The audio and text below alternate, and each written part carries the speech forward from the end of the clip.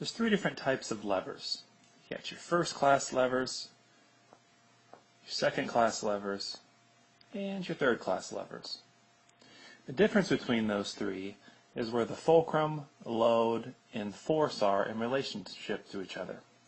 For a first class lever, the fulcrum is in the middle, the load is on one end, and the force is on another. So fulcrum is in the center of a first class lever. Here's an example of a first class lever, Teeter-Totter. We have the fulcrum here in the middle, and then one person is going to act as the load, and another person is going to act as a force. Please note, load and resistance are the same thing. Here's another example of a first class lever. We can see the fulcrum right here in the center. We have the effort on the outside, and we have the load on the other outside. Third example, we have here this little dude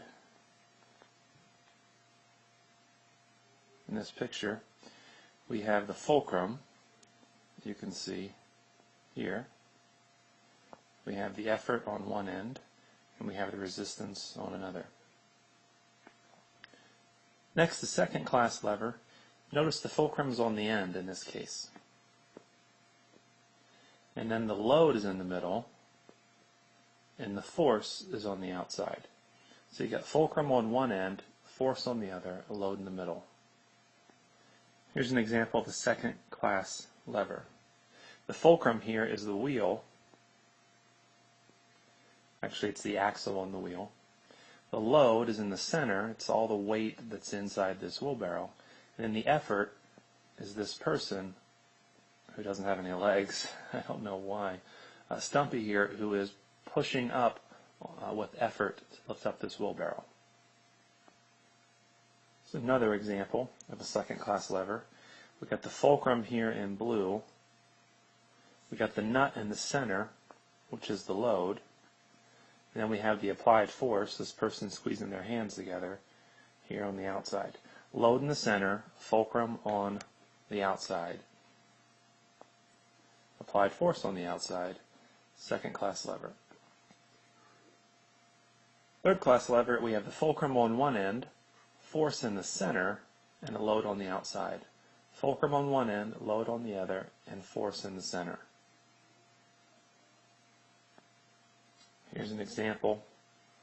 We got the fulcrum here. Let's imagine that this kid has got his hand pressed up against his side. So it's pivoting, but it's not moving. And then you have the force of the other hand pulling up on this fishing rod. And you got the load on the end, this fish that's pulling down on the rod. So we got fulcrum on one end, load on the other, force in the center. Another example of a third class lever. We got the elbow sitting on a table as the fulcrum. We got the muscle here, the applied force pulling up, and we have the load of the cup pushing down, which makes the third class lever. So to sum up, levers come in three varieties. First class lever has the fulcrum in the center. Second class lever has the load in the center. And a third class lever has the force in the center.